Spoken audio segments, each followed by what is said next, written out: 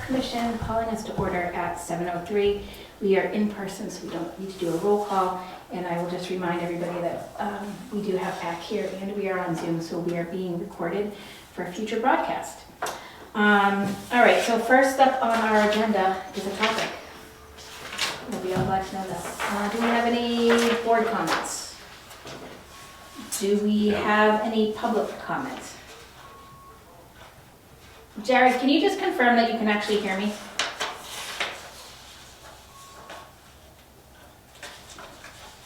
Maybe? Oh good, there's faxes going. Jared, are you there?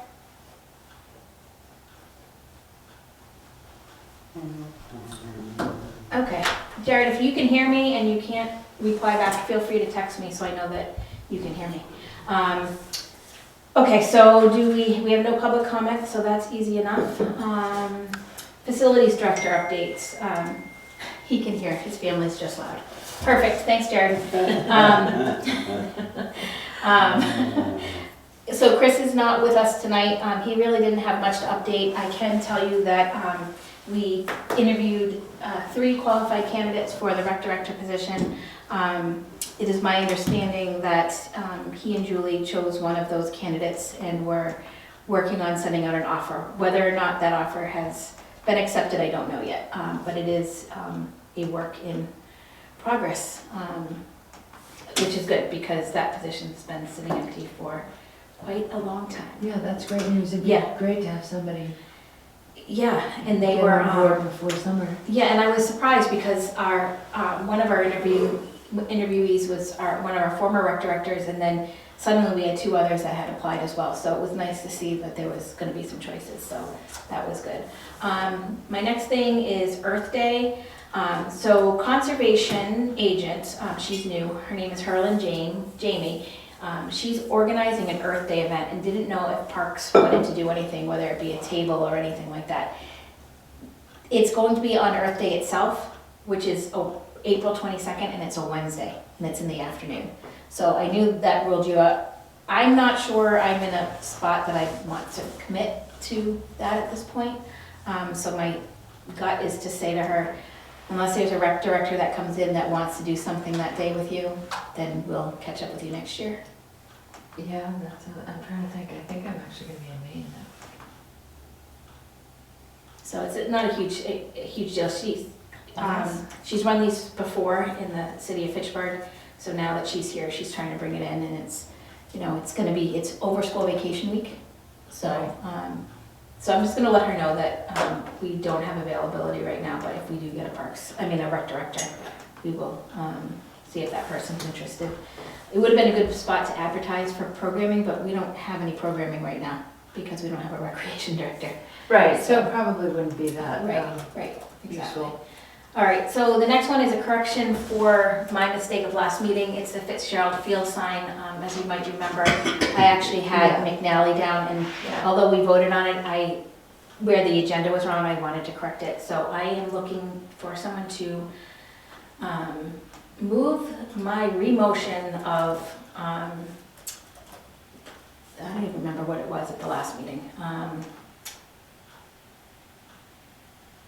It was allowing Chris Ruth to move ahead with putting in a new sign over at Fitzgerald Field with the money coming out of our revolving account. That was our motion. So moved. I'll second. Good. All in favor? Aye. Aye for me as well, so that passes. I use initials when I do motions, and I've got CS and CS. Thanks for making it easy. We're a problem. I don't think we'll take offense either way. I know. I know, you can call one of us If the something else. If the votes are the same, Yeah, I'm not exactly. I don't care. I was No, the I'm one that sorry. approved the motion. No. All right. She was the second. The next thing is just a quick skate park update. So Chris Ruth went to our normal, what I'm going to call the town of Lunenburg's normal people that we would go to looking for a peer review. They actually don't do peer reviews on skate parks. So he worked with RDLA to try to find somebody, and they did. They found somebody. The documents, something came in like yesterday or Monday, and then something came in again today, but nobody's really had time to go through that. So I would expect that, what will happen next is Chris will go through it, he'll probably run through it with town manager, he'll throw it my way, we'll throw questions back if there are any to the company that did it, and then my hope is to actually bring it, even if it's for a few minutes before the meeting starts with the skate park, I'd like to be able to just us look at it, ask questions, discuss it before we're in a group setting with everybody. I think that's hard when you're trying to, you know, sort of run through it and have conversations with your fellow commissioners, and you've got, you know, the skate park people there also trying to participate. So I'll figure that out. So I'm hoping by the end of the month we'll be able to have a meeting on that. Does that- And like another, like we did last time, like just a sort of, Yeah, so I- the way we left it, so what happened was, and that's right, because you guys weren't in the next meeting. So we had that group meeting, and then we moved to an offline meeting. right, And we had that, I don't know, a week or so later, and it was myself, Adam Costa, Jen Warren, and then the skate park folks. And the way we had left, and Chris was there. And the way we had left it with them was that they were going to create the entry agreement and what they wanted in it, and then bring it back to the town for negotiation back and forth. Because there was some sections in there that needed to be, how they're gonna describe their bonding situation, that really needs to be coming from them, versus us putting it in and telling them what it is. So Anthony Cayozo did reach out to me today to ask what the status was, if we were gonna have another meeting by the end of the month. I said this information was just coming in, but I do need to go back to him to remind him that they were supposed to be also working on something to bring back to us. So a few more steps, hopefully it's coming to an end soon, so we can move ahead with that project. yeah, well, and it's good you were in those meetings, so as any of that continues, once you. Yeah, I'm really, really hoping that we can have something, executed by the time I depart, and you depart in May. So that it's not, for a couple of reasons, but it just needs to, you know, so, okay. All right, so the next thing is beach fees. I have printed out you guys some documents. Let me just It's very weird to have a computer. Okay, and like I looked at this one this morning on my phone, Look I at that couldn't. when I go to your folder. Why? I don't know. It's a PDF file. Well, it's the opening of the beach folder that you sent. Yeah, but they're all PDFs within that. This is when I click on the folder. On my phone, it's fine. Yeah, I was gonna say, I looked at it on my phone this morning, I couldn't really read this. Yeah, it's trying, yeah, it I was just, like, I think I'll look at that tonight. tonight, yeah. Okay, so what we have in front of us, this is our 2025 beach fee information, which includes residents, daily, resident senior, resident season, non-resident, daily, non-resident season, and then what our swim lessons were. The next sheet, or the one that says beach of 2020, actually, let's do the other one first, the one with all these grids. This is what I printed off of MyRec. So this is what we sold for passes, the breakdown of passes, and then this is what came in as money that went through MyRec. So the only money that's not showing up in these totals is anything that we sold day pass wise in cash. And that would have been a very small amount. So that's what that sheet is. And you can see, we actually had a Lunenburg employee, we had 2 Lunenburg employee memberships. So, yeah, I'm glad people are taking advantage of that. So that would have been non-residents that are employees of town that were able to get passes at the resident rate. So that's what that is. And some interesting things, if I'm reading this right, the non-resident family passes, I believe that there were 24. And then when you look at the resident family passes, I don't understand why there's a 33 next to it, but it looks like we sold 54 of those passes. So we sold a decent number of non-resident passes. Yeah, 33 non-resident. Well, then there's something up at the top that says non-resident family pass. So I don't know how to No. read these the best. There's 24 and 33, yeah. Yeah, that doesn't make sense because it seems Yeah, like the there's same thing. something there, but it totals 100, and we did 162 rounds of passes, so, that's pretty good as far as I can tell. My inexperience with my rec shows when I'm printing stuff like this. But the one I can tell you the most about is the one that's titled Beach 2025. So, I know you guys know this, but for anybody listening, the way the town beach works is it opens up in June, which is one fiscal year, and continues through the end of August, which moves into a second fiscal year on July 1. So, as of right now, our current FY 2026, which is what we are in until July 1, we have, this is a salary line, we had appropriated $24,000. We've actually overspended that by $347. So going into this year's beach season, on paper, we're in the red. Chris makes adjustments and stuff like that so that it all gets paid. The total beach salaries for that 2025 season, so spanning that first part of June, coming from the FY24 budget, the June of 25 would have been FY25 through FY26. The total salary for that beach season last year was $26,583. The numbers at the bottom are our contractual amounts in the contract that we have with the landscaping company. So the weeding of the beach, spring cleanup, there's a fall cleanup, sand maintenance. This doesn't include if we have to add sands. The utilities that are down there, 2 deep cleanings during the season, and then supplies and repairs, anywhere from $3,950 to $4,700, depending on the supply and repair line was a range of $500 to $1,000, and the utilities had a slight range too. What we brought in is down below. So swim lessons brought in $3,930, season passes $8,660, day passes $1,872, for a total collected down at the beach or through my rec of $14,462. So that's what we brought in. That's sort of what I'm using to move into the next discussion on what we should be charging. I had a conversation with town manager today, specifically to ask about the beach, what she's thinking. She and Chris Ruth are both in support of trying to move the beach to being a self-sustaining program. When I started running some numbers by her, she gave some good suggestions, which is not necessarily doubling, which was, the initial thought was if we doubled it, we'd cover it. It's sort of true.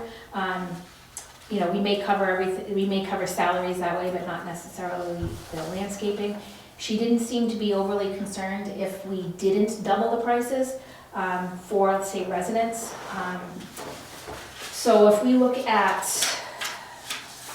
the sheet in the red with all the resident pass information, that kind of stuff, I'm gonna suggest we start a conversation actually down at the non-resident section. My gut tells me that we should just double those across the board. If you're a non-resident wanting to use our beach, a family pass should, you know, be $160, an individual pass $120, and a senior pass $70. But I am not convinced that we should necessarily fully double the resident senior passes. I think we should go a little bit less on those season and daily passes. And swim lessons, when I told her the price, I believe she laughed at me and said, "Karen Bernard, you're only charged $30 for swim lessons?" And I'm like, it's better than what it used to be. So I'm looking for feedback from you guys and what you think would be doable, and not something that's going to make people take a look at the price and run.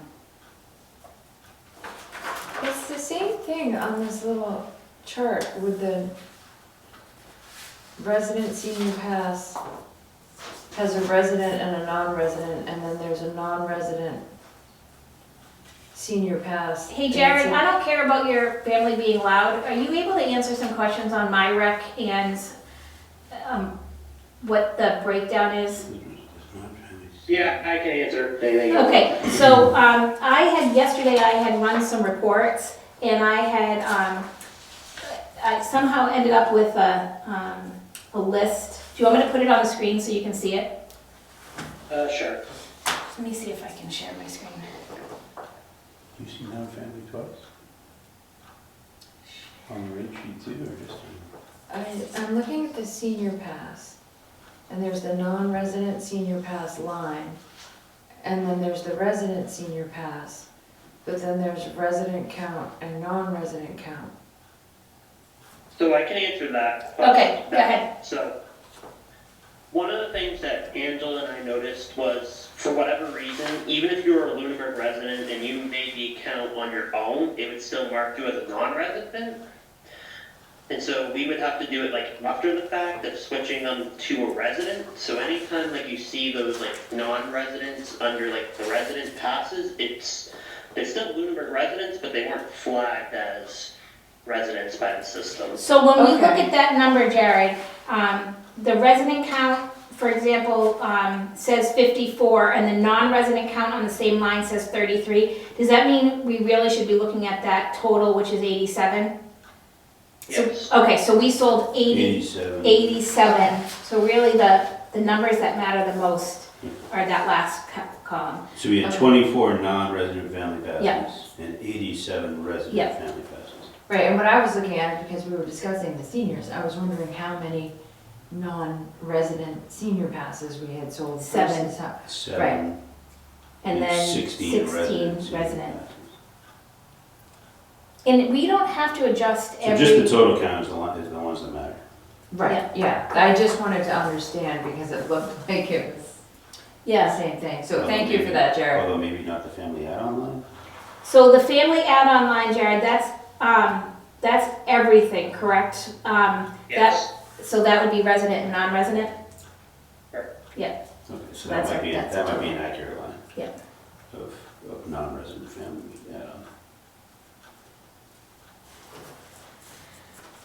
So I'm open to any ideas that people have to, even if we don't fully get there, I think moving in that direction. Because I will say, there is no question in my mind that this program, if we do not pass an override, this recreation in general, as well as a whole bunch of other things in town, are going to be on the chopping block. We just don't have funding for them. The way I understand it right now is that there will be an override on the table that will fund the operating budget as is. There'll most likely be a second choice of an override that would fund extra stuff. And if neither one of those passes, then it will decimate many departments as we have to make some pretty significant cuts. But even, so if that was to happen, we'd be already moving in the direction of making it self-sustaining. I do feel like even with an override, we should be moving to self-sustaining. What's the amount we're trying to cover? So I would say at a Like, I minimum, think the difference between the cost versus, what we bring in is, a little over 16 grand to almost 17 grand, depending on Right, what your including expenses the, are. right. So is So, that I would we're trying to be- make that up, or are we? I would be saying that looking at trying to cover salaries would be a good starting point. Yeah, Because I don't think we can do it all in 1 year. I think may have to do it in increments. So moving in that direction, I think would make, I mean, I don't think our prices seem, like our fees seem low, like they don't seem generally exorbitant. So I definitely feel like we can increase them, like certainly. But I'm good with not increasing the seniors to double. that's fine too. I mean, I don't think alright, so, let's think about what we have down there. so we have, it's not a huge beach. It's great for, especially for young kids. We're hoping that the buoyed area is gonna have some weed control being done this year. But we haven't had that in the past, so, you know, we do have a little bit of weed down there and weed in the water. You know, so we need to make sure that whatever we increase our passes to cover what we offer. We can't price ourselves out because then nobody's Right. gonna join. Right. Well, and if if we raise the prices and only have half the people sign up, then we haven't done Correct. anything except driven people away and not made any more money. Right. So it's, I mean, I don't think the prices are bad, but I don't know, doubling them. How many non-resident family passes? 24? 24.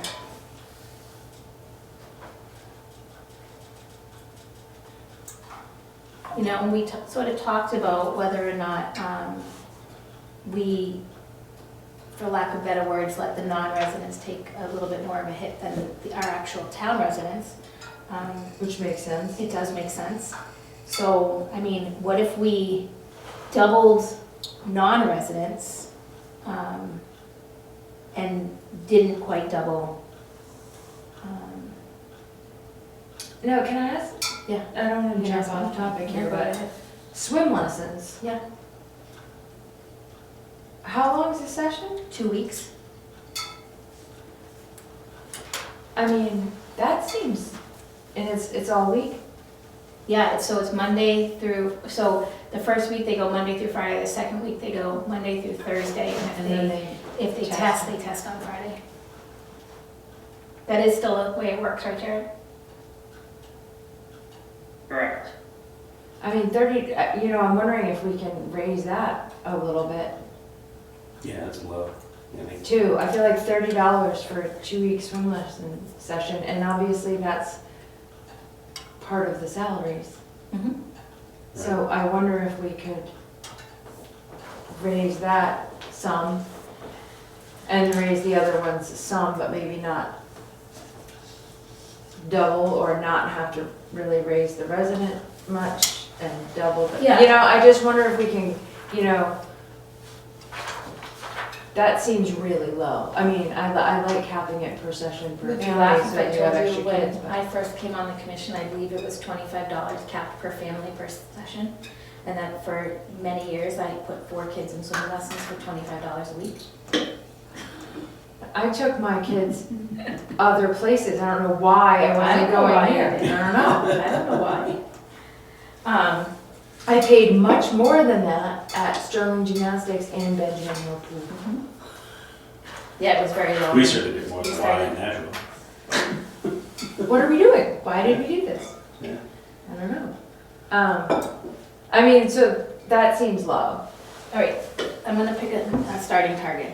Senior passes. I am extremely hesitant in going up very much on senior passes for residents. I would say we should go either $30 or $35. And, I mean, unless somebody strongly disagrees with that, I would just think Resident is 25. It's currently 25. 8 people. Right, it's not a lot, and we don't need to chase them out. Resident senior pass, 16. Oh, 60, well, resident versus non-resident. Yeah. Oh, wait, no, it would be No, 16. 16, Sorry, it is 16 and 7. 16 resident Yeah, and that's 7 true. non-resident, right. 16. Um, Non-resident senior path. I mean, what if you change it to the non-resident rate, say 35, Mhm. and then we increase the non-resident to 50? I don't know, I'm just pulling our numbers out of my, I know, but that $35 for the whole summer? summer doesn't seem, That seems reasonable to me. that seems reasonable. And then $50 for a non-resident is, a little bit extra because they're not. Yep. Residents. I think Okay, that seems I'm good fine. with that. Let me do, let's see.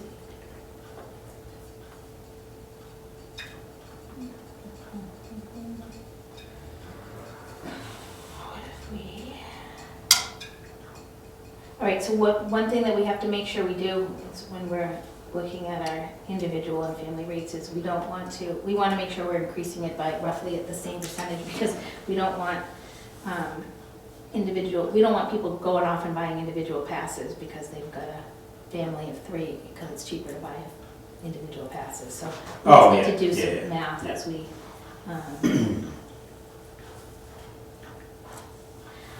What if we did, So I'm assuming an individual pass, what do we do for individual passes? We did 4, right? it's not a lot. I mean, I bump that another $10 too, or $11, What if- 55. I almost feel like people probably almost buy that, but that price, you almost buy the, family pass just so you can bring somebody with you. Right. Just doing some, Right, if you buy the individual pass, you can only come with you. 44, If you yeah, buy a two. family pass, can you bring a friend or somebody I with mean, you, or does it have to be technically it's family? people in your house, but I mean. are If we- policing that? So that's what I'm wondering, like if you I know, don't know. say that again? Are we police, like, so a family pass is for people in your house, I assume? It's supposed to be. Are we policing it? Like, that's, So- to Colleen's point, like, if Yeah, individual Jared, pass is you know- $44, family pass is 65, I can bring, Look, I have a half a body. Oh, there we go. I can bring 3 people with me for, half the price of buying 4. right, I wonder if some people don't buy the individual pass if they buy the family pass so they can bring somebody with them, but if we So check whether they it's a get- member of the household or not. So Jared, correct me if I'm wrong on this. Every member of the household gets an individual pass that gets scanned every time they go in? That is correct. And do you Okay, know, so you and can't, we sort of have like a trust situation where when they register and they list the children's names, if they register for a family pass, they list the children's names that they are all actual residents of the same household? Right now, it's mostly trust, yes. So It's kind of hard We're not to, checking it. unless you have ID for everyone, it's hard to prove it. Right, but if you have an individual pass and you wanna bring somebody with you, they'd have to buy a, day pass. They would have to buy a day pass. Yes.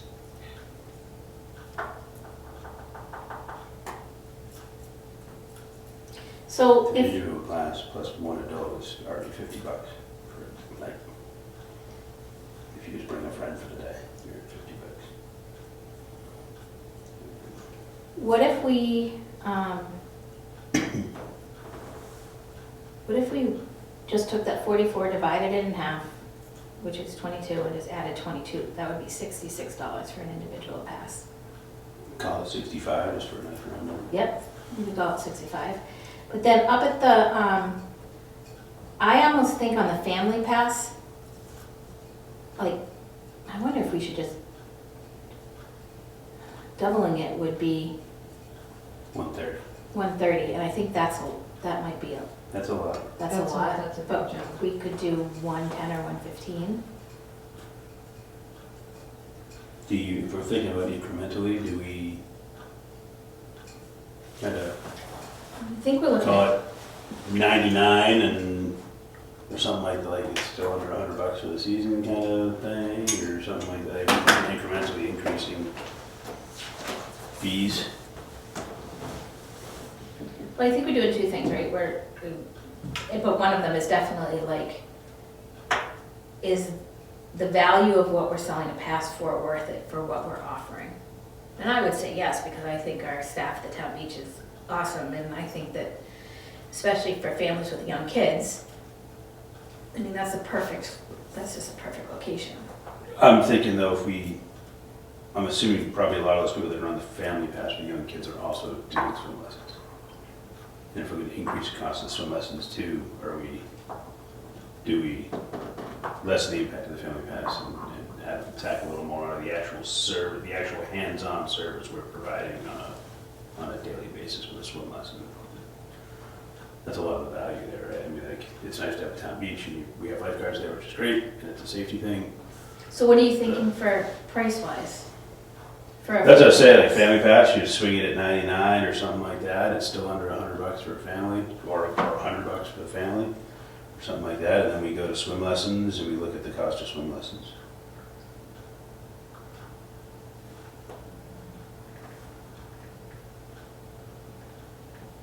What if we did 110 for family passes and 55 for individual passes?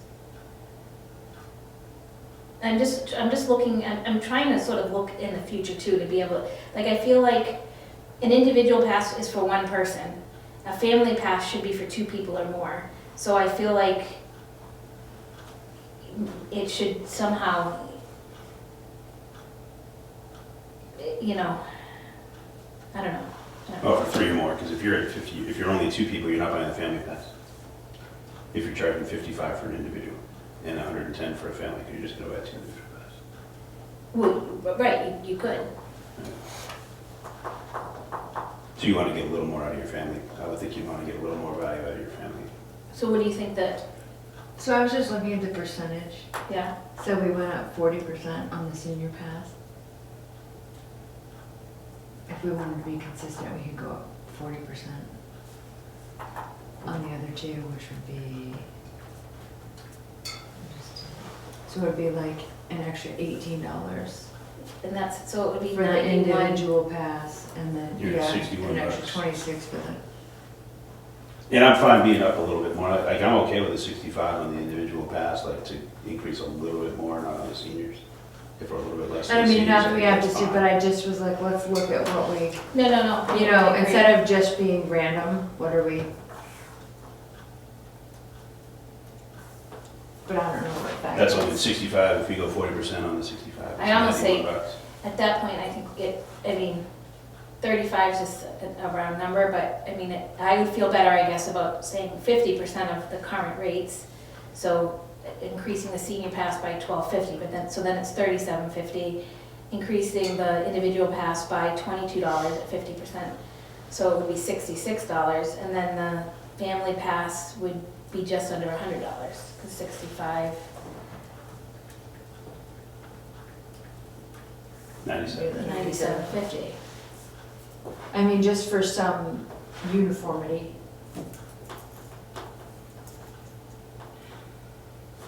No, I don't mind that. So that would be, do we want to do, say, let's say 98 even on a family pass? 60, should we do 65 or 66 on the individual pass, and then 35 for seniors, or 37 for seniors? 35, 65, 98, or 99, or 100. Right, I mean, that's It's the a thing. dollar, is- we're talking about a dollar. I know. It's not Right, that and big. and it's easy, you know, if it's easier for that, it's basically, we've increased it by 50%. We've increased them all by roughly 50%. A little bit of a discount. So tell me what, give me the numbers you Yeah, want me with to a use. little bit of I discount would to support seniors, that. yeah, They're- exactly. They're killing this town. Yeah, exactly, but then it just sort of feels like we didn't just pull numbers. So we'll go 100, 100, 7%. Yeah, somewhere between 98 and 100 bucks. we'll just go with 100 even, it sounds better. And then 66 for the individual pass, 65 65 and 35. and 35. We're just nice round numbers. That's fine. Someone shows up in cab and not dealing with Yeah, buy a season that's pass at fine. the gate, it's a, And then, Relatively even. so let's do the same thing across the board with the resident day rates, which would be, so that would bring it up to $9 for an adult, $4.50 for an additional child's. Why do we have 2 different? Oh, then we've got 16, then $4.50 and wait, $4.50. $6 includes up to 3 children, age 15 and under. I mean, that's 4 people for $9. Oh, for the day, for sure, for the day. See, I think we could change that, right? I mean, I think And it's, then let's go ahead. like, I think it's a day pass for an adult is $9. Or $8, or, Yeah, because it includes up to 3 Something. You children, bring 3 15 kids. and under, yeah, that's, We could add a different bracket in there. We could so have, I would just say, a family day pass and we could have an adult pass. I think that's what we should have. yeah, I would do an adult pass. I'm all and for a family family pass, so you don't have to buy them individually, So but, family day, and then instead of breaking this down into whatever these other categories What do are, we do for? like this $3 additional child and $3 for children 16 to 18, we'll just have a reason. Like, we're literally talking about like the resident individual pass, we're Not talking much. about 4 people. Jared, how many, Like, it's 4 total. but, Jared, how much cash do we, or let me rephrase that, because you're not gonna know this number. Do we get a fair number of people that come in and pay in cash at the, like, the day that they wanna come in as a day pass user? Yeah, there's a lot of cash that's being used. And that's primarily, that's obviously day pass sales. Yeah, for the most part, day passes are, Oh, that's for the cat. I want to say like 50-50. Right, okay. Jared, in your opinion, would it make sense to do, instead of doing this adult rate that includes 3 children, just do a family day pass? Yes. Okay. And then, I can tell you that the lifeguards are not a fan of the weird structure of the day pass. perfect. So what would the lifeguards be a fan of? So if we did family, and then should we just do an individual rate? Yeah, I think an individual, if you wanted to do a senior, that's not that big of a deal. It was more right, when someone came in and asked how much it is for the beach, it ends up being this long spiel of how much a day pass actually costs. Depending on who's with you and how old they are and We just blah, want to blah. make sure you guys are awake out there, Jared, you know? Are there a lot of, like, in terms of thinking about pricing out a family day pass, like how, the people that are coming paying cash at the gate with a family, like it might be tough to say, but do you see a lot of repeat business? Like, I'm trying to think of the number of times someone actually comes to the beach. If you're not buying a family pass, like how many times do you go to the beach and paying cash for the? There's a couple people who came back like multiple times paying a day pass. I'm not exactly sure. But it's usually one-offs. They're not coming back a lot. No, Like there's it's a- only a handful. that It's a come hot back. day and they want to go to the beach for the day, kind of thing. It's- Right. Okay. So, I mean, can we just have a family pass that it just includes, I mean, does it So need if to we- include more than 3 children? Do we want to have just an additional person pass for So let's anybody? look at, so we call it, if we say, let's price it the individual passes and then we can set a family pass price, right? So we do $9 for an individual. And An is individual making adult. change a pain in the butt, Jared, too? Like think Like- of pricing individual with a lot of, Yes. like a lot of, like, so nice round, Like 10 nice round numbers for 10, you yeah. are convenient. round numbers are better. Okay, 10 for an adult, so 10 for an adult, 5 for the seniors. 5 for the senior.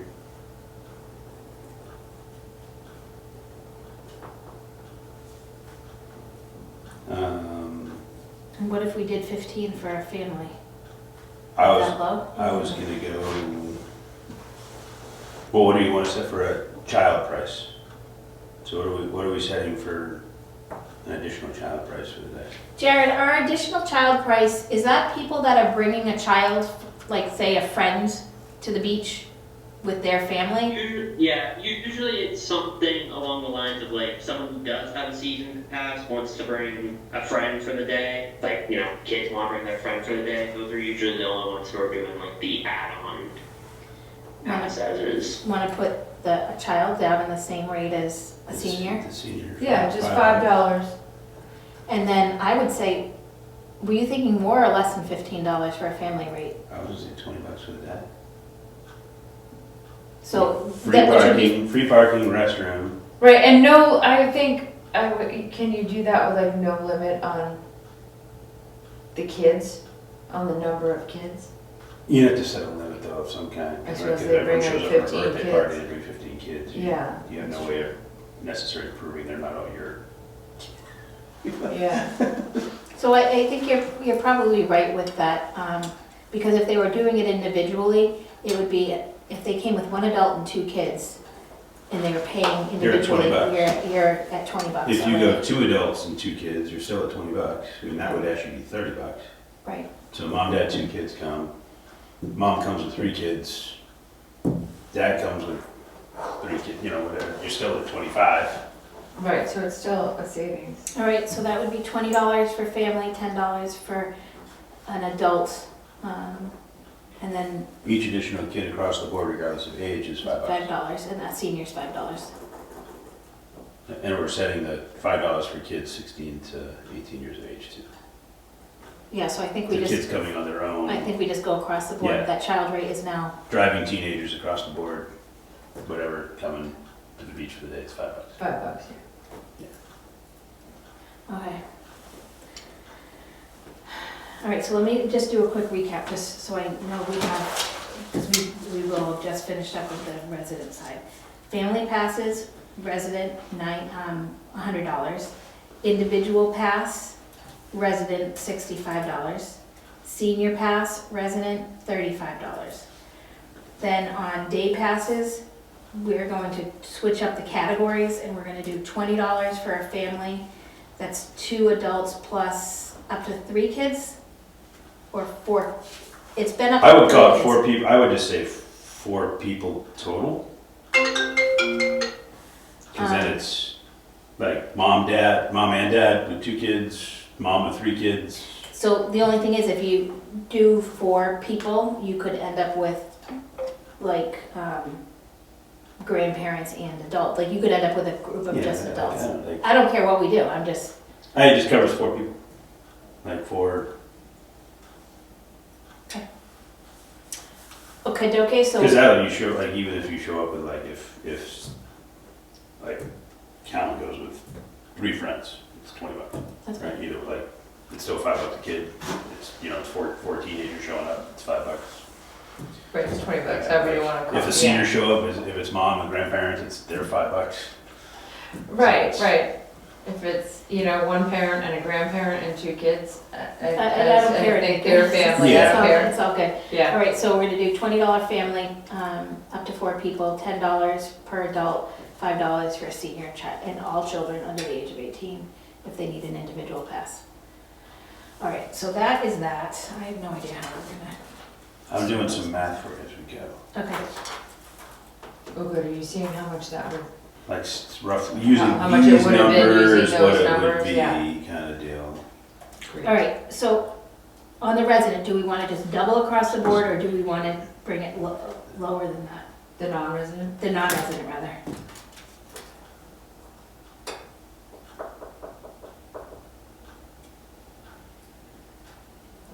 I don't have a strong opinion.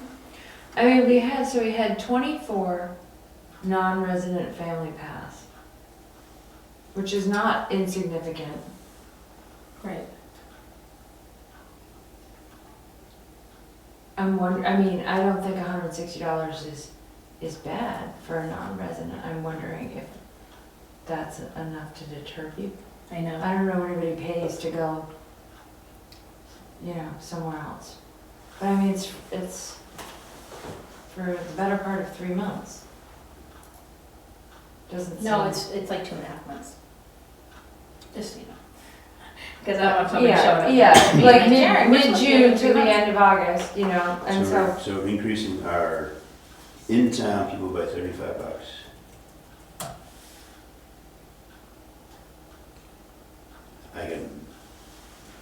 I certainly don't have a problem with getting to at least 130 on an individual, on a family pass, or more. I mean, I think I'm okay with doubling it. I mean, I don't know. Or There's call it no- call it 150 Yeah, that, Yeah, that sounds a little bit better. kind of deal. It's a little less. It was just crazy how much everything cost, you know, like I'm thinking, trying to take a family of 5 to the movies. How much Oh, is it's that? crazy. You know, so I'm It's crazy. thinking like, okay, so $150 for what could be the whole summer, that actually doesn't seem bad when you Right. think about how much you pay. I went to Vermont, I was going to truck Calvin and let him ski with his grandfather when he came up for the day. Over Christmas break. It was, if I pre-bought the ticket, it was $206 for the day. One day skiing. $213. Right, that's what I mean. Per day Like, skiing. For one kid. Per kid. right. So that's why I'm Can we like, go for $1,000 oh, it bucks to ski seems, a Kiva for a day? I'm like, that seems like a lot, but then I'm like, it's not, because it's like Right. several weeks. Everything is. And, yeah, So we went up by about 90%, somewhere around 90%, on the family pass. If we did the same for an individual pass, it's $114 Call it 110. or 115. either one. 115. Let's do 115. We might as well. And then, Two people on our list. It's two people. I know, we have these conversations, and then I would say, $66 is what it would be for a senior pass. How many seniors do we have, non-resident? Senior number says 7. 7? And what did you say for a number on that? 66? So call it 65? 65. It's fine. Well, it doesn't, I mean, on this, it doesn't matter, because they're not paying cash, they're buying their passes online. Yeah, I just Mm. it's But we can do 65. round numbers. I don't know. No, that's I fine. like round numbers. All right, so 7 people. I need to just put this in my notes so I have it down here. And what do we do for employees? Employees are free? Employees are the same rate as, they get the same rate as the residents.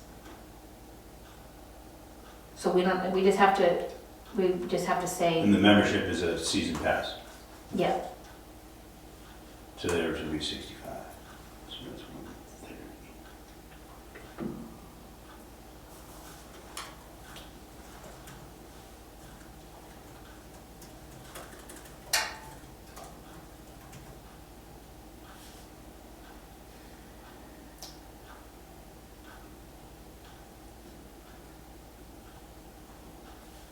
and then, all right, so then we're on to non-resident. So non-resident family, 150, individual, 115, and senior, 65. And then non-resident, day is going to be, That's not right. what's the matter? This makes a lot of money by my math. You just made us a lot of money. Yeah, we're on our way to pay for Marshall Park. With those 2 employee memberships. Awesome. What did I hit? I must have hit a multiplier instead of an addition. Wait a second. That doesn't track. I wonder how many of those non-resident senior passes are a grandparent. Well, it looks Of a like we family. only had, it looks like we only sold 6 non-resident day passes. I mean, the senior, the season pass, the non-resident senior passes.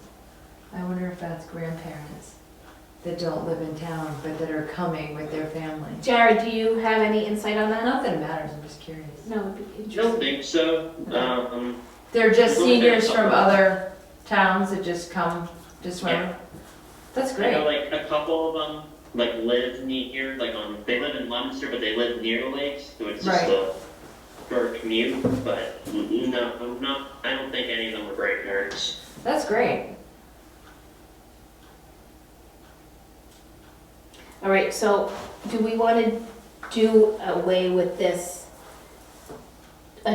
So I think we should do the same family, individual, and senior child rates for the non-residents too, to match what we're doing with the residents. So we won't do $12 for adults that includes up to 3 kids. Instead, we're gonna put it as a family, an individual, and a senior child Mhm. rate. Yes? Yep. Ooh, right. So, let's see.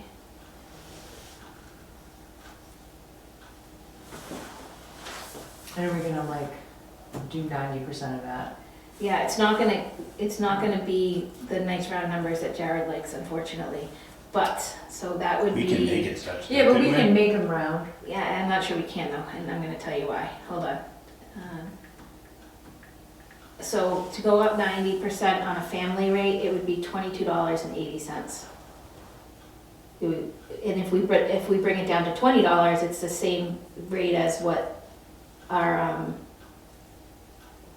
So we could just double, like, we could just double that, instead of it being $12. What are we doing, we're doing 20 So for a we went, resident so, pass? 15 for, oh wait, no, we gotta We go. made it 10, Yeah. so maybe we should just, what if we did 30 for family, 15 for individuals, and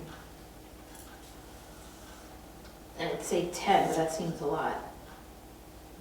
For Well, we're talking seniors. from a non-individual, so like looking at a single pass for a non-individual, we had 2. You know. So like call it $15. yeah, for just an individual non-resident adult Right. day pass, is that what we're talking about? Right. Yeah, if they show up as a family, it's 30. And then the senior child pass, you want to be 10? It's currently set at, 6. it was $6. Yeah, I have no problem calling it 10 and 10. Seniors and kids.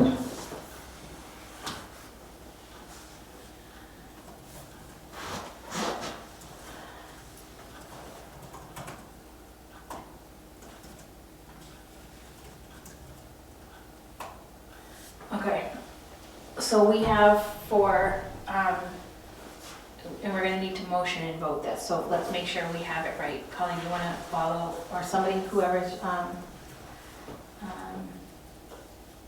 kept track, check my numbers as I read them? You're gonna start with the resident? Yep, I'm gonna start with resident family, $98. Resident individual, we weren't doing No, that we did 100. 100. good thing you touched me, $100. Resident individual, $65. Yeah. Senior resident is $35. Mm-hmm. Then the day passes, a family is $20 up to 4 people, $10 for adults, and then $5 for seniors and any extra children Yep. under age 18. And then for the non-resident, I have family at $150, an individual at $115, a senior at $65. The non-resident day passes, family up to 4 people, $30, an individual $15, and a senior or child $10. Yep. Okay. Can I get somebody to motion what I just said? So this would be setting the rates for the 2026 beach season. I will move that we set them as you just read. I will second that. All in favor? Aye. It's an aye for me as well. Okay, so that's done. Jared, I'm gonna, when this meeting's over, probably tomorrow, I'm gonna just probably send you over an email just so we have these numbers in a couple of different places, not just on my laptop. Okay. Okay, now, swim lessons.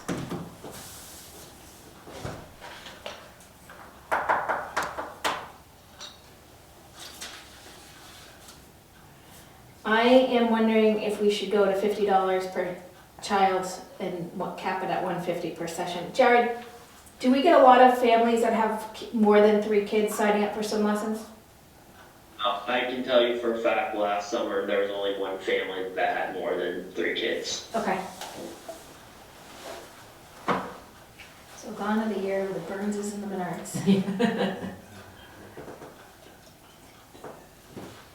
Yeah, 50 seems good, and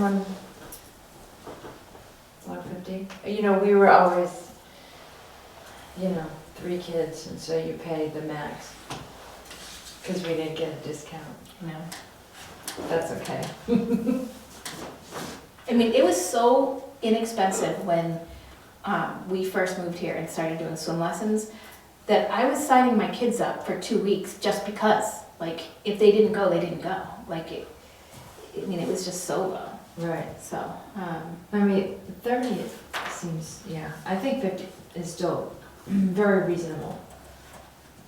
so swim lessons would be $50 per child per session and capped at $150 I mean, what are they, is it, it's an hour? per session. No, it's about a half an hour. It's about half an hour. Yeah. They're Red Cross, swim lessons, their and lesson. we have, we have one, we have at least one, the way it works is they have to have somebody on staff at the beach during swim lessons that are water safety instructor certified, WSI certified. There's only has to be one of you, right, Jared? Correct. But at $50, that's only $5 a session. Yeah. I mean, $5 a lesson a day. Right. Which is like, Nothing. We went to 50 and capped it at what? 50 and 150? Do you want to offer any sort of, Non-resident rate? no, what, do you have non-residents or requests for me? Jared, do we have non-residents that do swim lessons, do you know? Yes. Do we have a lot of them? I'd say it's majority Lunenburg residents, but we do have, I can think of at least 3 off the top of my head that were non-residents. I think it's a little bit more though. On the MyRec side, is it, I'm assuming where you're going is, should we do a non-resident? Well, no, I was just thinking if we're capped, so we're saying what, 30, like $50 a person, capped at 150, that's to cover up to 3, or is it to the cap regardless? It's just the cap. So. I'm just saying like the cap, we If don't I- really have people that take more than 3 people, we're not offering a discount for families to bring. No, 3 kids but to if school. they had, if they You can discount had, every, well, they have to bring 4, but we don't have people that are doing that. Like, we have a couple of families that did that, right, Jared? You said 2? There was only one that did One. it this summer, and I'm anticipating one other next summer, just based on regulars who come. but that's just a family with more than 3 I'm kids. just, like, do we, if the majority are bringing, or not majority, but if we have not many that are doing that, and do we offer a slight discount for the people that are bringing 3 kids? You mean to bring it lower than? 140 or something like that, like cap at 140.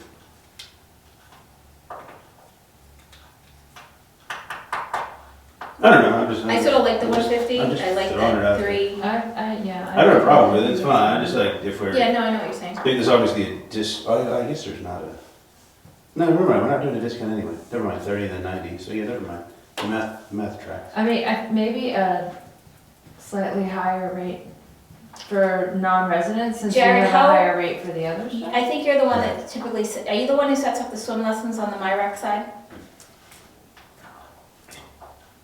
Angela would usually set it up, and then I would monitor it to Okay. see how many people were in it. Do you think that it would be beneficial to do a non-resident swim lesson rate? And I just don't know how it would look on the MyRec side. I think it's possible. It's not, it would be hard to do if you wanted to do that. Oh, you can see it on here, there's a count, non-resident count of 65. For what, swim lessons? It says non-resident, and I don't know if that tracks with Yeah, but there the was, same issues of resident versus Yeah. non-resident kind of deal. It does say because I don't know why we didn't offer a non-resident rate last year for swim lessons, so I don't know why it would be broken out that way. It's just the way they're showing up in the system as non-resident versus resident. Yeah. I mean, if it's not that many people, it probably doesn't really matter. I mean, we can, And if it might just be a pain, maybe it's not worth it, I don't know. we could do for a non-resident family, we can try doing 60 and capped at 180. I mean, that's what I was gonna say, not a giant, but, whatever, like, so that our residents are getting. premium. Yeah.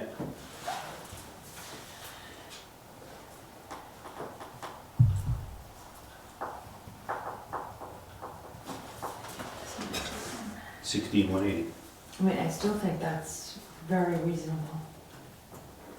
Jared, you guys are gonna need to step up your swim lesson game this year. Wear tuxedos and stuff. Yep. You're going. Okay, understood. And I will say, while Jared's on the line, he has some great ideas in terms of trying to figure out how to bring some revenue into the beach that are things that we haven't done. I think the manpower situation at this point, I'm not sure we have it to be able to execute that, but he's got some great ideas that we can, consider doing. And if there's something that we can try to pull off this year, like he had mentioned, being able to sell snacks and stuff like that. I mean, I can't imagine that would be a huge moneymaker, but it's something. He had even thought of like doing some sort of sponsorship type thing. So there's some options out Machine in there. there? Could we put a vending? Yeah, we can put anything we want in there. I'm just thinking like, if that doesn't require a lot of manpower.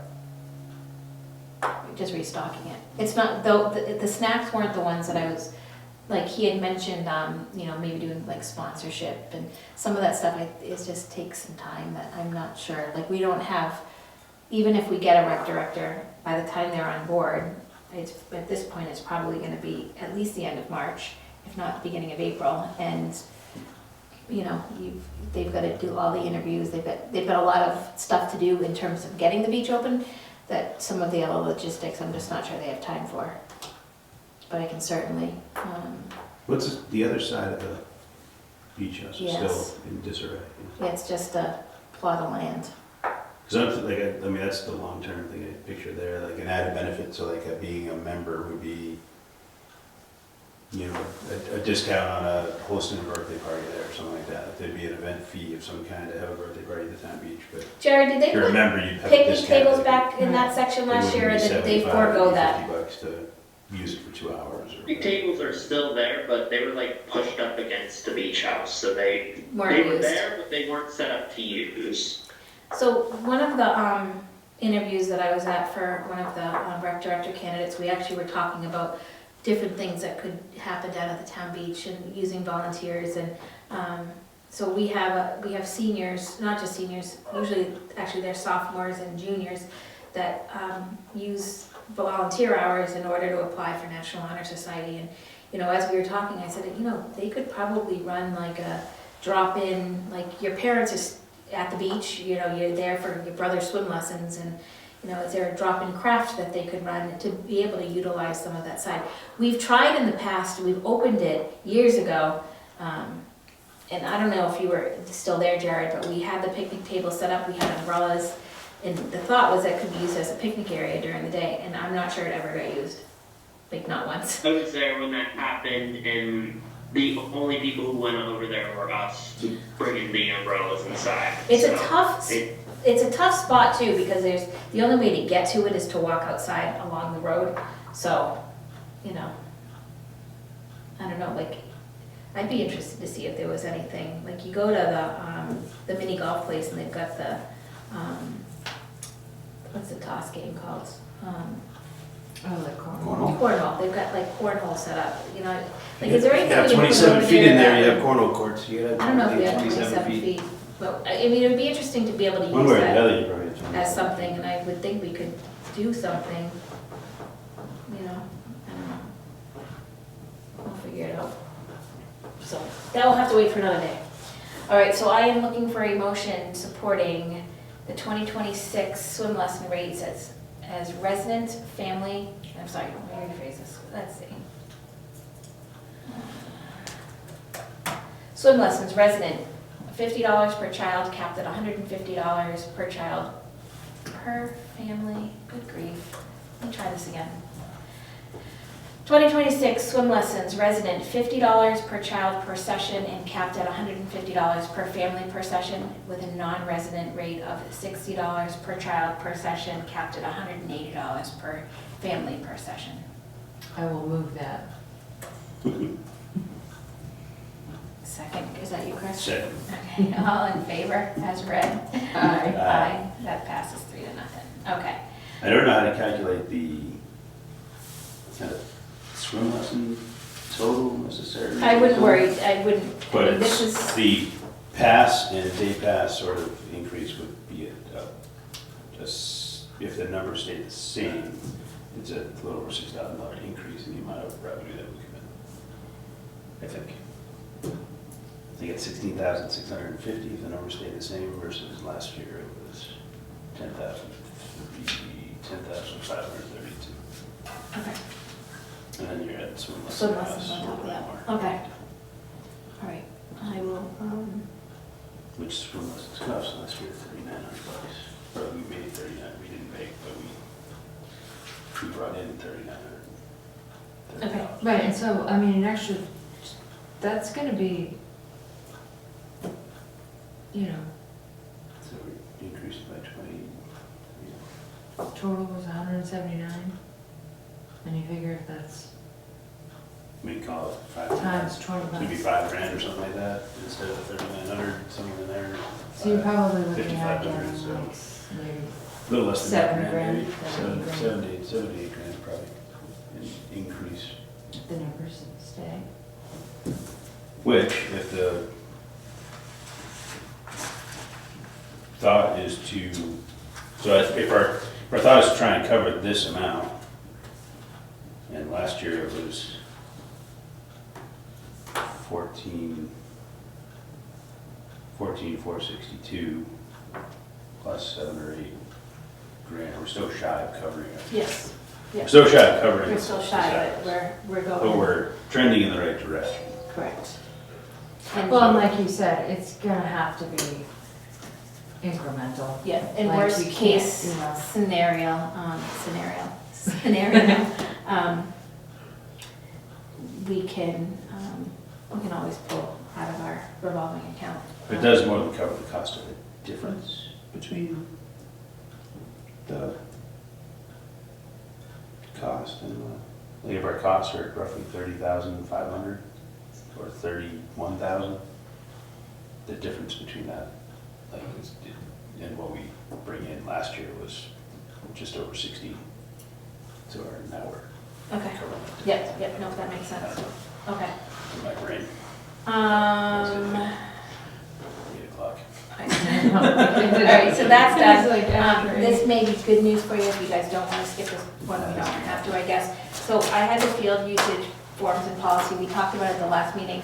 I'm actually gonna recommend that we hold that where I do think we have a pretty viable offer to a rec director.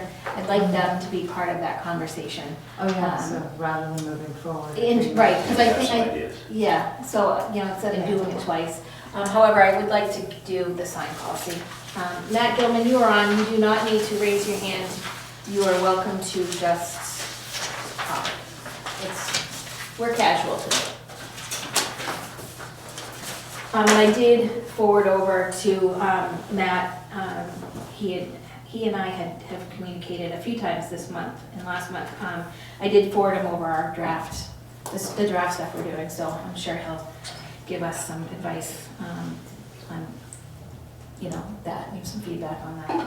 So, okay, I did make some changes as we had talked about, and I sort of made a red line change in here. So, this policy applies to all facilities under the care and control of the Lunenburg Park Commission. This includes Marshall Park, McNally Field, Fitzgerald Field, Veterans Memorial Park, Lunenburg, Town Beach, and Northfield Park, and Wallace Park. Put that in there. Approved signs and advertisements are permitted only with prior approval from the Lunenburg Park Commission. Approved signage is limited to sponsor, organization, or program recognition directly related to field use. Prohibited signage, political signs, or messages of any kind are not permitted on any park facilities. Offensive, discriminatory, or non-approved commercial signage is prohibited. Signage may not interfere with safety, visibility, field operations, or emergency access. Seasonal requirements, all approved signs must be removed at the end of each playing season unless otherwise authorized in writing by the Park Commission.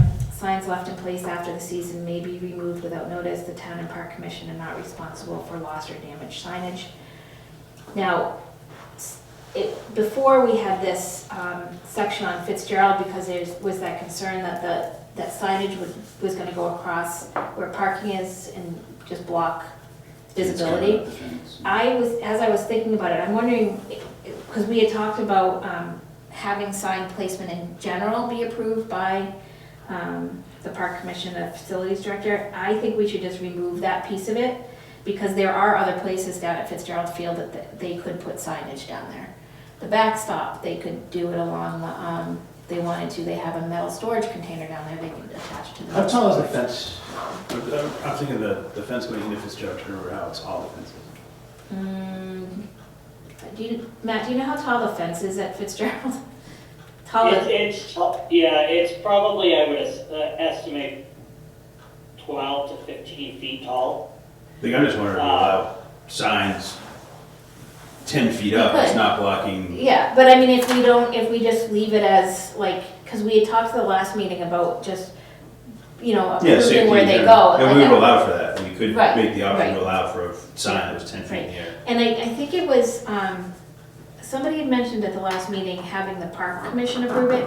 My concern about the park commission being involved in any approval is that we meet monthly, We would need to have a meeting. so, I You're think, taking the words out of my mouth. yeah. And I don't wanna call an emergency meeting for That's a not, sign. Like, I mean, Gilman Law Office might have a sign up there, but I'm not having an emergency meeting for him. right. So, Uh, so I don't, I was thinking of just striking park commission completely, and instead, and in its place, put recreation director or facilities director, and both of them know that if they are questioning something, that they can go to the police or fire department for their opinion of. And we can be on the same, we can make sure we're on the same page with them Yes. about thoughts and so forth. I do not think we're going to get a rec director that is going to run off solo and just go rogue on us. I think that after speaking with them the past few weeks, I think they're very much going to rely on. Right. I just mean from the standpoint of like, a sign goes up and we're asked about it, it's good that we're in the know. Yeah. Of like where it's located. And we're in support of, the spots that it would make sense. Yeah. Kind of. Yeah, we can. If we're asked questions or. Right. Hey, Chris, I'm at a Parks Commission meeting. I'll call you later. Bye. He's in a different time zone than us, so he's called a couple of times. Okay. Is he somewhere Yes. scary? I'm gonna answer that on public TV, but, I mean, scary could be my house, Right. Yeah, That's could be. fair. Somebody should tell me we have no bathroom. That's scary. That is scary. One thing I would ask, so I'm just looking at our sponsors for this year Mhm. that meet the threshold that would have a sign. Right now, it's approximately 20 organizations, Okay. most of them being either they're all, essentially all businesses are individual business owners. Rather than, could we send a spreadsheet to the facilities director with the name of the organization and the location that we're anticipating? And we'll know that, I would assume, close to the end of March. And that way we can get that over to him, and it'll just be an Excel list with the names and where we anticipate putting it. Yeah, And no, in terms of Fitzgerald and safety concerns, I think if you wanted to put a specific location where you can't have it, probably 20 feet from both the far left side and far right side of that back fence. That's where kids are coming in and out of. No one comes in and out of the middle. So okay, it's always at the end. So I don't think there would be any visibility issues once you come in 20 feet from the sides, because there's no entrance from that point. And I'd also add, we don't actually hang signs there as of now, Yeah. but that could change with that number. You could hang them up, I mean, I'm just picturing kids running along that fence and all of a sudden they just kind of whip around the side or whatever kind of deal. It's like, if they were hung at height above The other thing is- 8 feet or something, higher up and, something like that, so there is a complete visibility. I think part of that visibility there too, if the signs are at ground level, police can't see into the park. Yeah, I also think it would look weird if if it's low. Hey, Matt, Yeah. while I'm thinking They won't of see it, with cars parked there anyway. totally unrelated subject to signage, but, when you guys are ready to get out on the field at McNally, just a reminder that the backstops that you guys had down there, they were chained and locks, and we do have the codes for those. Perfect. So, this, in case somebody gets down there and like, what is this? Yes. When you send the signs, the spreadsheet, if there's, can you have messaging, like this, if there's a message on the sign, can you include that in the spreadsheet maybe? Yeah, we could have a column of like, Like if they're, I don't know, like, obviously there's no, you know, good luck nights, whatever, that's fine, whatever, you know, but yeah, I'm just picturing, so, you know, I hate for a sign to go up and then someone has an issue with a message that's on a sign, if we just, Yeah. know the business we can, and something like that. we can add a column, and I think it's probably just gonna be the business name and a phone number, and unless they have a specific sort of logo, but Yeah, yes, that's not a problem. Okay. And then under installation and maintenance, sign installation must not damage town property. Leagues and sign owners are responsible for keeping signs in good condition throughout the season. Damaged or unsafe signs must be removed upon request. Enforcement, any sign displayed without approval or in violation of this policy will require immediate removal. Violations may result in removal of signage and loss of future signage privileges. And all signage must comply with the Town of Lunenburg zoning bylaw, chapter 250, section 6.5. I have not run this by the building commissioner yet, because I didn't want to go to him with something and then have us change it. What I can see, we're within that. We're not doing anything outside of what their bylaw is. are we in, is the signage on the same fields that the high school is using? On the 90-foot, you guys don't typically put signage on the No. 90-foot. No. What about the softball Softball. field? Yes, there could be signage, so most of the signage is at, Powell, and if the softball field, and then on the lower, pitching bullpen on the side of the Powell field. Okay. I would just be, from anywhere the high school's using as well, I'd want to be on the same page with the high school teams in terms of signage or whatever kind of deal. Like, I don't know if they would dip into this as well, I guess, if we're releasing a, signage policy here and so forth, if it's something that they want to, get on. I know the softball, the high school softball team can have some motivated folks involved that may want to look at fundraising as well or whatnot with signs or something. I just want to make sure everyone's on the same page and Well, I think then, not fighting So- over space or So that- signs are in a spot that are, for some reason, they impede with a high school game that they might not impede with a younger kid's game or whatever kind of deal. and That's all. I can certainly run the sign policy by the schools, but it's not and I know what you're saying in terms of making sure that doesn't affect the gameplay for, Yeah, For I'm the just high looking at a Google Earth photo now. The softball field, it looks like there's only 2 signs on the whole outfield, from what I can see. Most of the signs go on Powell. Okay. and I mean, obviously if the school got there and there was a concern over a sign, they would reach out to the facilities. Yeah, and I know the softball coach, and Yeah. I can share, I'm happy to share with the softball coach or whatever, and just say, hey, here's Here's what we're thinking, and, You know. yeah. Okay.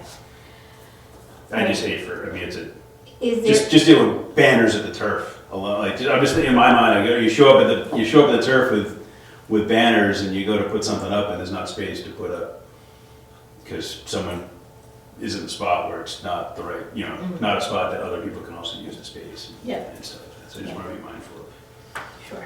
space.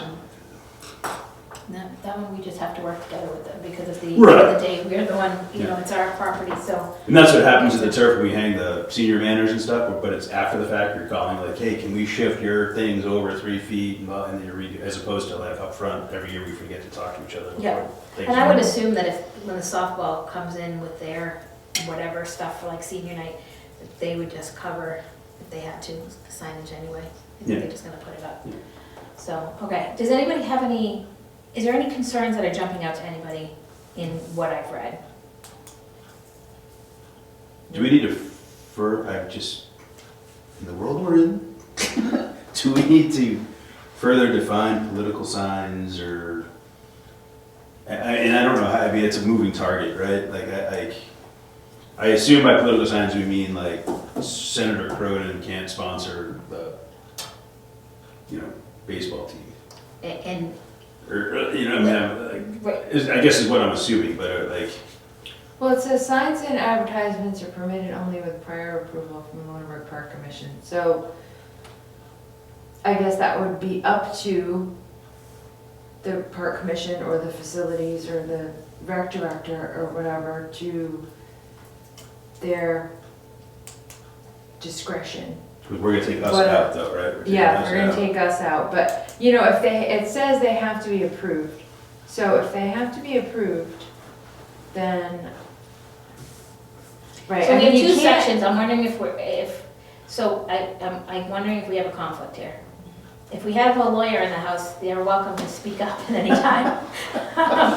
We have the section that, under approved signage, that signs and advertisements are permitted only with prior approval from the Lunenburg Park Commission. But then I have a section that says, Sign placement is approved by the facilities director right, or the rector. right, so is that? So maybe the park commission should be out of that top too, because it's easy enough to send an email to the facilities director or the rec director or whatever and say, is this okay? Like you said, what is this gonna say? And they say, yep, that's fine. I'm Without okay. having a whole parks Right. meeting to go over it, but I do think it makes sense for somebody on, you know, What in if we say authority. or? What if we say Lunenburg Park Commission or Facilities facilities director director or or rec director? rec director. yeah. That way we because then are, if so if it- we are meeting Right. and there's a new Or- sign or whatever, Or we if can the have that discussion. facilities I'm okay director with or us the being rec part of it. director says, I'm not sure Right. they can do about that. this one, they can say, I'm gonna bring it to the next parks meeting. Yeah. Because I this think one both- seems Yeah, so gray. I think both sections should say Lunenburg Park Commission or the Or, facilities yeah. director or the rec director.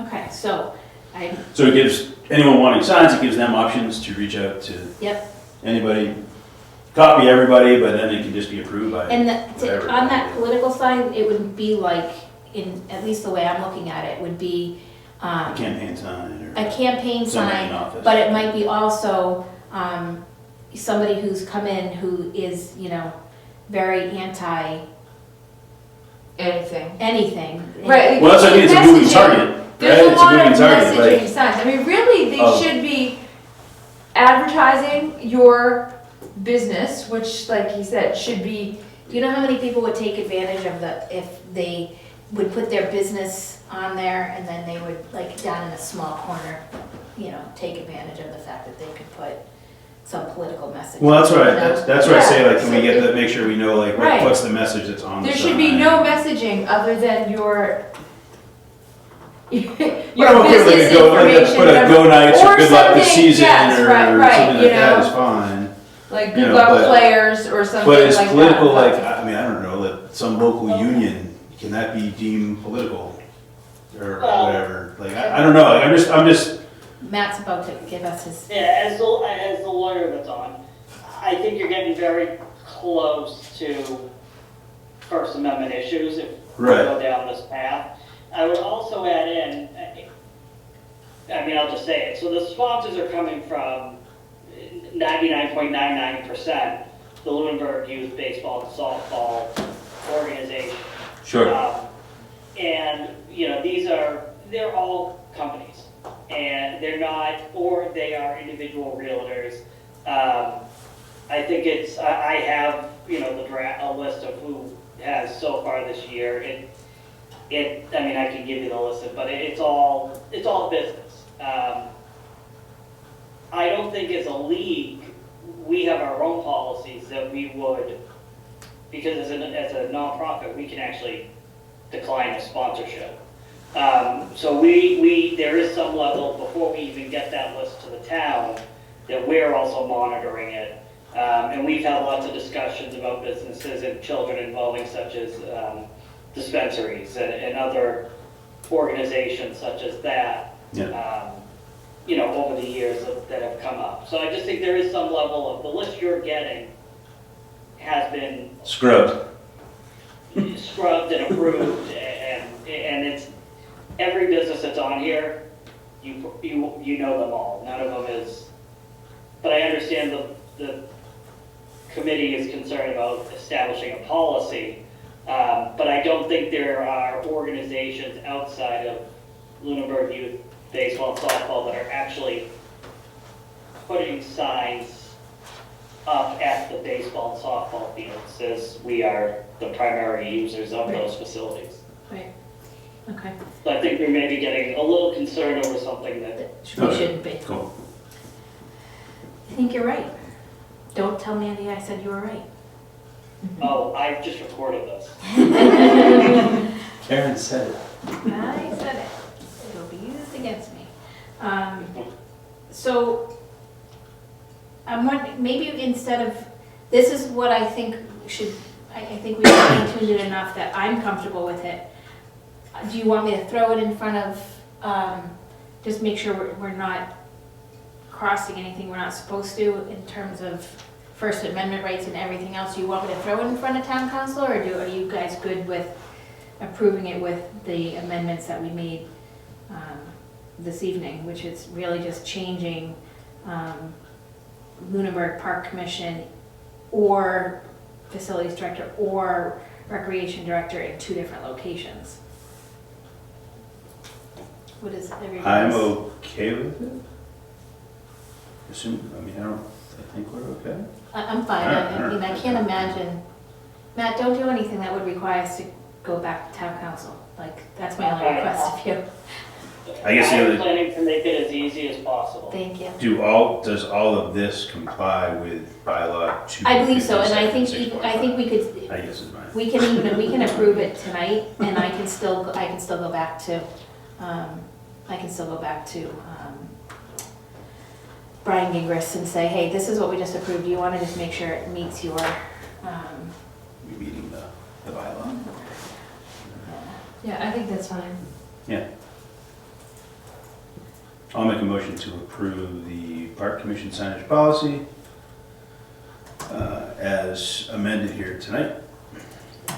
I will second that. Let me make note of that. We'll do a vote. All in favor? Any noes? That passes. Matt, I will get that done up and remove the draft mark from it, so it's I don't know, I'll put it somewhere. And I did get access to MyRec, and Jared also has access to MyRec. Between the 2 of us, we'll figure out how to fix your baseball link. No worries, and I hear positive things from that other organization. Oh, good, Nally. good. Yeah, Yeah, I was about to. excellent, thank you, Yep, everyone. thank I'm gonna you. head out. Yeah, Have a please nice do, day. thank you, thank you. Bye-bye. Can you send me a copy when you edit? No, Thanks. you're welcome. Yes, I will send that to you. I'll kick it over to the softball coach. Okay. All right, so the next, and should be done shortly, chair updates. One thing that came up actually, let me just make sure before I go into that I'm covering it. Yeah, we had 3 interviews that were held, that all 3 candidates for rec director were more than qualified for this position. And that I do understand that an offer is going out, we're just waiting on the response. Lunenburg Youth Baseball submitted their field use forms because they were trying to do it by the dates. They are trying to abide by what we put out there and the dates that we have, which is they receive priority as long as they have their paperwork in before March 1st. So they did it. I cautioned Matt Gilman on when he fills them out to not over request field space and field hours. It's because last year, what they did was they put it one form in for every field, didn't put any time, so it made it look like it was 24 hours a day in a time block that was like 6 months long. I didn't want them to do that, and I also didn't want them to over request because it doesn't give us a true picture of when our availability is. So he submitted those forms, instead of doing one request for all of the fields, he's broke it down into two. So there's some fields on one form, some fields on another with different timeframes. And I did forward those over to Chris Ruth. So that's what's going on there. We have had a private youth baseball program request use of McNally. I need to circle back with them. What's that? Was the email you shared? I have no Was idea. that one? Couldn't tell you. And that's a group out of the Leominster area. It's like an AAU level team, I believe, that has, they're not gonna be able to use the fields during the week because baseball has games and there was no availability, but they will be able to use the fields, McNally Field on the weekends for some of their games. And we're just gonna have to go by the rate that we have set, which is like $30 a player, and I believe they have 10 players. Is that the Brigade Baseball? Yes, yep, did I forward it? Yeah, that was back in January. Yeah, so, I've had a couple of other email exchanges with them, and apparently the fill-in. Because that was kind of how we had that discussion of what we're actually charging for something like that, right? Yeah, and We started with that discussion. That needs to be looked at, but it's, I think at this point, We're too late. we're too late for that. So that's what the deal is with that. Now, last night, if you remember last year, Angela was very involved with the vendor fair. That vendor fair was sponsored or partnered with the Parks and Rec. And part of the reason that was done was because when they're sponsored by a town group, the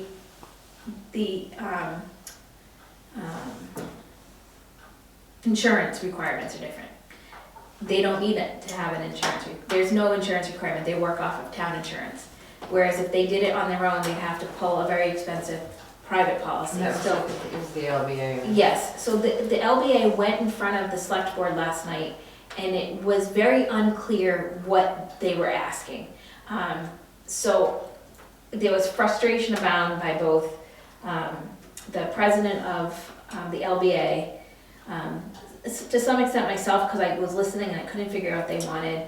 I know that some of the members of the select board were raising very valid concerns because we don't have an Angela. Even if we do get a new rec director, there's other priorities that have to come first. So they were trying to figure out what she was asking. They couldn't. So today, after having a conversation with the chair of the select board, I actually called her and tried to figure out what she wanted. I wish I had known it before tonight because I probably would have made it an official agenda item, so I will do that for our next meeting. But she's looking to do similar to what we did last year, where she's partnering with the Parks Commission. She's hoping that this could be a long-term relationship to continue partnering with them in years to come. But she's understanding that we do not have the manpower that we had last year to assist her in that. Because Angela did a lot. She did a lot. Yeah. Some of it was a learning curve.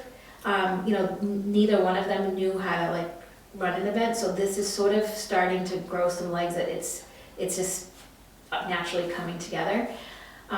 So I had another conversation with town manager today about the same thing, and she raised the same concerns of the select board last night, of how much Angela had done last year. She doesn't want the LBA to think that we are able to do more than we can, that sort of thing. So, I think that this is a community event that should be held. I think we lack community events in this town. It's currently slated for May 30th. I think that instead of shooting it down and saying we don't have the manpower for it, I think instead we say to the LBA that we would entertain this. I would invite them to our next meeting. but in writing, say to them, we don't have any support to offer in terms of an actual employee, because we do not, we can't promise an employee that we currently don't have on staff, nor do I think we should promise this person to somebody Prior to them coming. prior to them coming on. Right, You know. and they're gonna have all kinds of higher priority things, Correct. getting settled in Never a new happened position, here. even if we have somebody, like May 30th is not Not far away. that far away. Town beach has to get off the ground, you know. all Right. that. Right, summer programming, there's probably all kinds of things we'd Yeah. like to have somebody Right.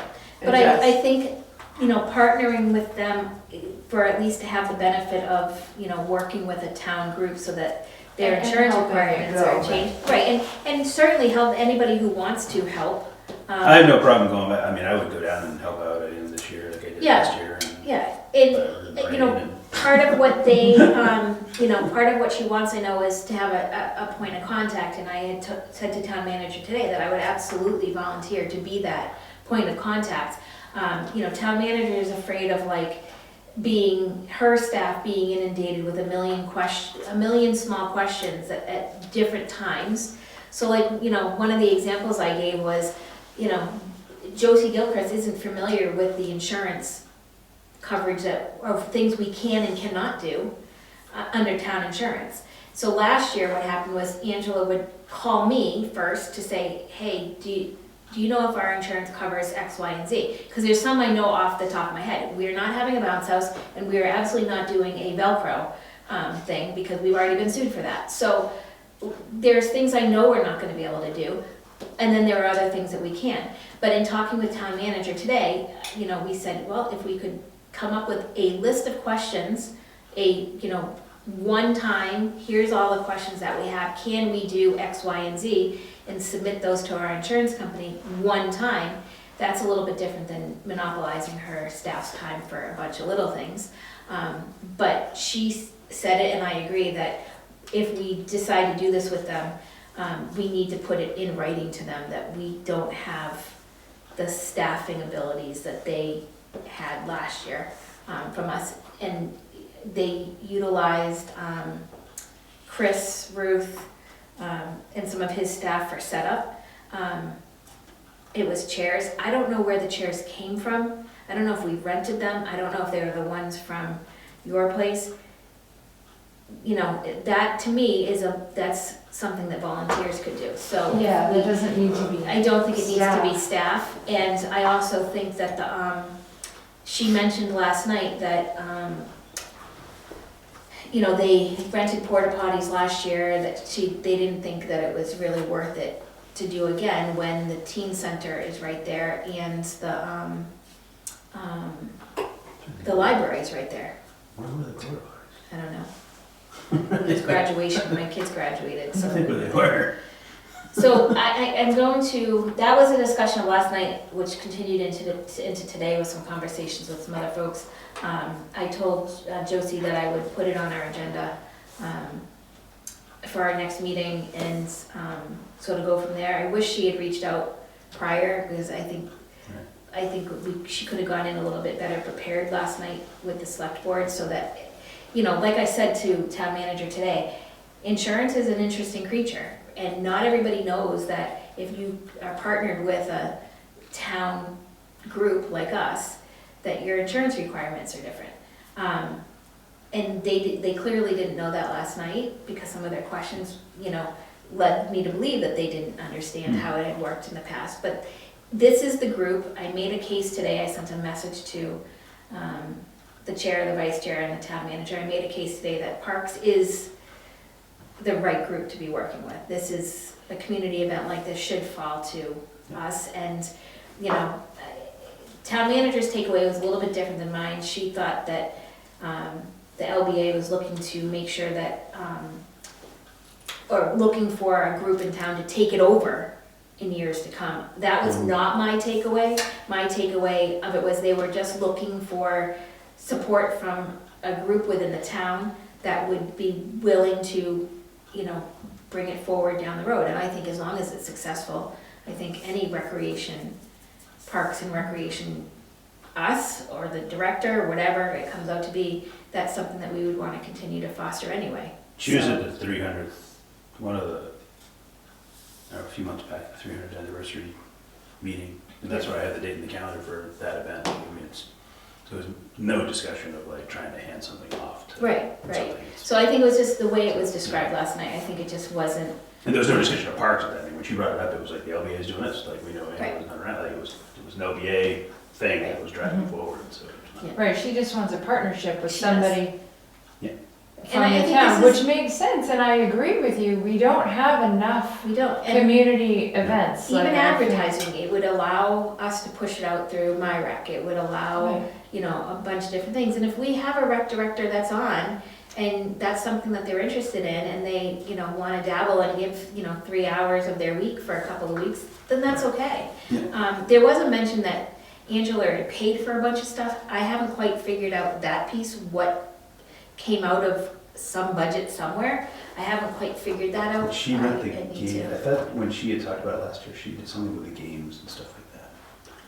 Yeah, The little I- games and things that were over there. I thought that, And she bought she bought the yeah, t-shirts. Chris said something about the t-shirts. She had volunteer t-shirts last year. Um, There were walkie-talkies last year, I don't know where they and I'm came not, from. yeah, I'm not sure where Um, this came from, but all of this came up last night, and I'm a miracle worker, but when the school calls for a 2-hour delay and I'm not getting kids on the bus till 10:45, my day's pretty much shot at that point, so, The only thing I know for sure that I think Angela covered last year was the t-shirts. I know she did that. And They I were have a walkie-talkies, she feeling handed me a walkie-talkie, but I don't know if they were. I'm guessing she also DPW covered walkie-talkies or whatever. porta potties, is Right, my right. guess. Could have been from the teen center. So, I think the teen center They could have has been them teen too. center. I'm gonna try to tease out some of the stuff, and I'm willing, as long as I'm around, I'm willing to She had kids help doing with the that. games, but there were kids doing Yeah, volunteers from the high the school. volunteers from the high school and stuff that showed up and they were doing So, the, you they know. were doing the games, so I guess.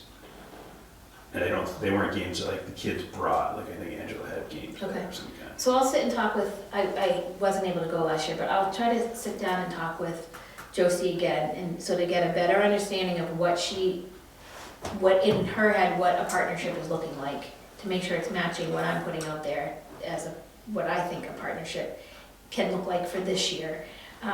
Make sure that, you know, everybody who is a paid employee of this town, who may have to have any involvement, no matter how small, understands where we are in this and what the expectation is, so that we're not over committing anybody. I know the chair of the select board, this is something that he really wants to have happen.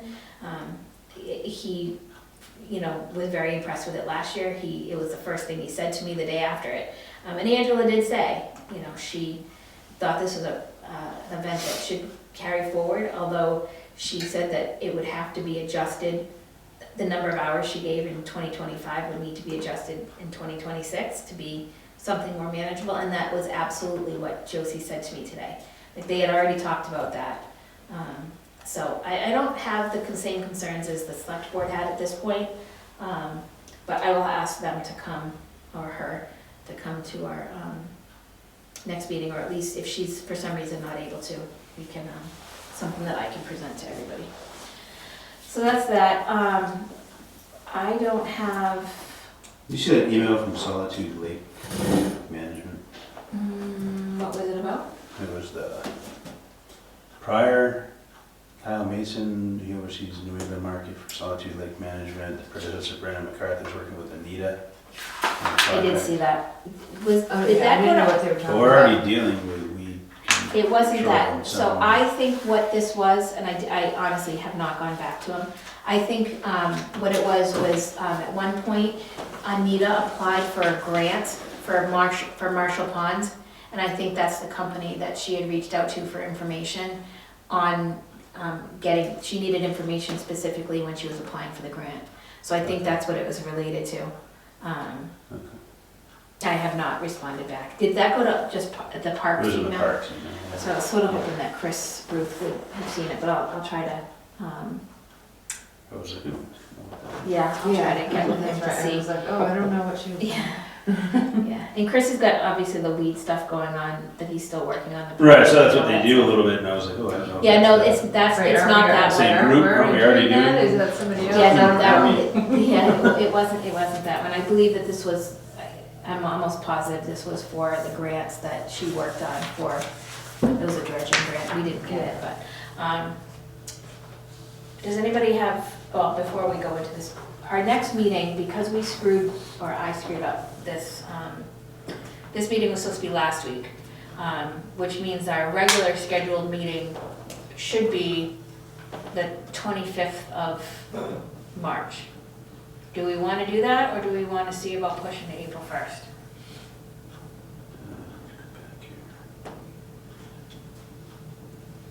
Is it, oh, you're talking moving to April 1st? What do you want to do it the 25th of March, or do you want to go to April 1st? I would say if it's helpful to like the LBA or anything of that sort, like if we don't have a ton of the agenda or whatever, and Josie's free to come in, or the skate park's free to come in, or a couple of those things that night, we just get it done and keep. On the it 25th? Yeah. just Yeah, keep that's it fine. moving Yeah, it forward. doesn't matter to me. Yeah, the 25th works for me, so we're gonna aim for the 25th. I have to figure out the skate park stuff, I'll work on that. Like if they can make it, you know what I mean, if Josie can make it that night. And Yeah, I'm pretty sure Josie can make it that night. if April 1st is better for them, then I mentioned the Fine. 25th to her today. It probably would be good to stick with that fourth Wednesday of the month for a bit. Right. Do you Well, want, and I mean, a week may make a difference for her in well, that's something like it's, planning, yeah. you know, to be able to get. We can get them in, you know, it's 2 months Rolling instead of a little early. under 2 months kind of right, deal. right, no, I agree, I agree. All right, so let's aim for the 25th. Does anybody have any, I have minutes, I didn't put it on the agenda, and we're not doing them tonight, What's that? the minutes. We'll do it on the We'll do them on the Did you 25th. send? Like, there's some in the draft, it's possible I didn't share the draft folder again. I forget that folder just kind of exists. So I have to figure out how to make sure everybody has access to that, all Yeah, and I'm of the trying to think if you, SharePoint. if you had, did you? I didn't send it out this week, but I probably would have I sent it think out. you might have actually sent it before, and I was like, oh, we don't have a meeting coming up. Okay, yeah, just Forgot put to it- look That's at fine, it. so we'll put it to the side anyway. And I then feel like you actually did share it with us, and I just didn't look at it. so the next meeting is gonna be. Where are we at with beach house sign and all that? Beach House, that's Mary Ann, and she's not here, I'll put it on the next agenda. And, I said to Josie today, I said, we may have somebody on the Parks Commission that may really want to be involved. She seemed to have, like, really pulled stuff, tried to start thinking and pulling stuff together for the beach sign and to do a dedication ceremony. I'm like, she may be wanting to, help you out with this, as somebody from the park side. She's like, that'd be awesome. Okay, I will take a motion to adjourn at 8:51. So moved. Motion adjourned. And all in favor? Aye. Great. Everybody have a great night, and remember when I hung that piece of paper over here? I never started the recording. No, not that we needed it, because they're here. Yeah, okay. Yeah, we are adjourned. Well, there, now we don't have two.